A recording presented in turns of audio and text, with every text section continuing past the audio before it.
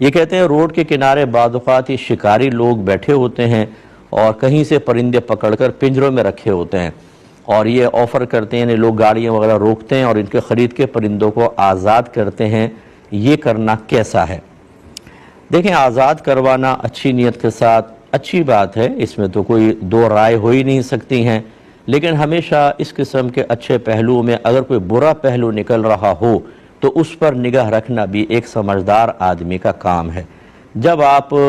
بار بار ان پرندوں کو خرید کر بیچیں گے تو یہ لوگ پکڑیں گے بھی، کہیں سے پکڑا کے لے کر آتے ہیں، جال وال ہوتے ہیں، اگرچہ میں اس کو بھی ناجائز نہیں کہہ رہا ہوں،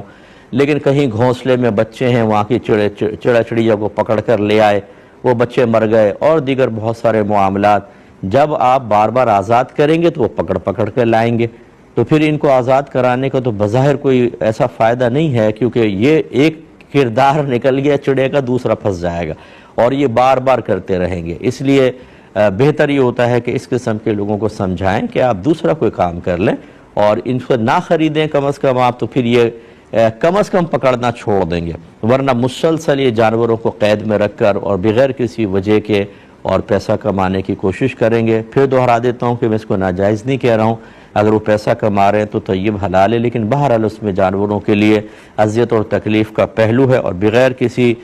صحیح وجہ سے ہے، اگرچہ رزق حلال کمانا ایک اچھی وجہ ہے،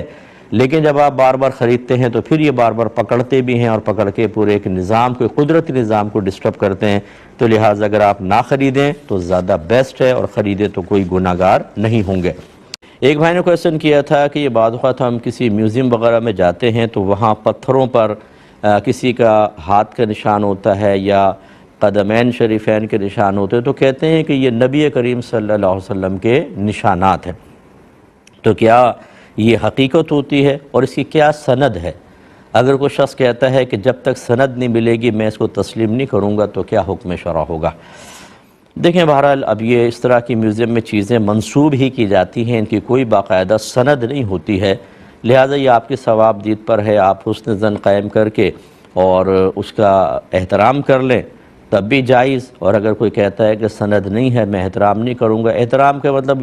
نہ کرنے کا مطلب یہ تو نہیں ہے کہ لات مار کے گرائے گا، میں نہیں دیکھتا اس کو، میں اس کا ادب احترام ویسا نہیں کرتا، میری نگاہوں میں، میرے دل میں اس کی عظمت پیدا نہیں ہوگی، اس میں کوئی شرع گرفت نہیں ہے، اس میں بے ادبی کا کوئی پہلو نہیں ہے، کیونکہ کیا معلوم کہ واقعی وہ دست اقدس ہے، واقعی وہ قدمین شریفین کے نشان ہیں، یہ تو یا تو کوئی تاریخ میں بات ہو، دیگر معاملات کوئی ایسے صحابہ کرام نے بیان فرمایا ہو، تو ایسے تو کوئی بھی، اب ایسے لوگ ہیں، کوئی کہتا ہے بی بی فاطمہ رضی اللہ تعالی عنہا کی چادر کا وہ ایک دھاگا ہے، آپ اندازہ کریں،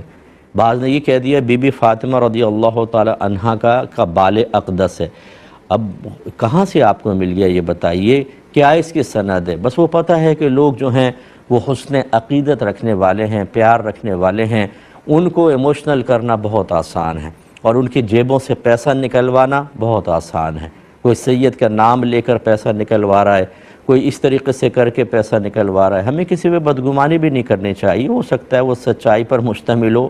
لیکن اکثر اس میں فراڈ ہوتا ہے، اور لوگوں کی سادہ لوہی سے اور ان کی جذبہ عقیدت سے فائدہ اٹھاتے ہوئے ان کی جیبیں خالی کروائی جاتی ہیں۔ اتنے بھولے تو پھر ہمیں بھی نہیں بننا چاہیے کہ آپ نے اس طرح ایک بدعت کا دروازہ کھول دیا کہ وہ جھوٹ بھی بول رہا ہے، اکابرین کی طرف غلط چیز کو منسوب کر رہا ہے اور خوب پیسہ کما رہا ہے، اور ہم کہہ رہے ہیں کہ ہم لوٹنے کے لیے تیار ہیں، عقیدت کے نام پہ جیسا مرضی تم کہو، جھوٹ ہم اسے قبول کرنے کے لیے تیار ہیں اور پیسے دینے کے لیے تیار ہیں۔ اسی سے پھر یہ کاروبار بنا لیا لوگوں نے، اپنے تبرکات لے کے سٹی وائز جاتے ہیں، ایک شہر میں دوسرے شہر میں وہ زیارت کروانے آئیں اور خوب نذرانے وصول کرتے ہیں اور اچھا خاصا اپنا پورا ایک ٹرپ لگا لیتے ہیں، تو اس طریقے سے نہیں کرنا چاہیے، ذرا سوچ سمجھ کر کریں کہ بعض اوقات ہم اظہار عقیدت میں ایک جھوٹ، ایک غلط چیز اور فراڈیے اور جھوٹوں کو پروموٹ کر رہے ہوتے ہیں جو قطعاً غیر مناسب ہے۔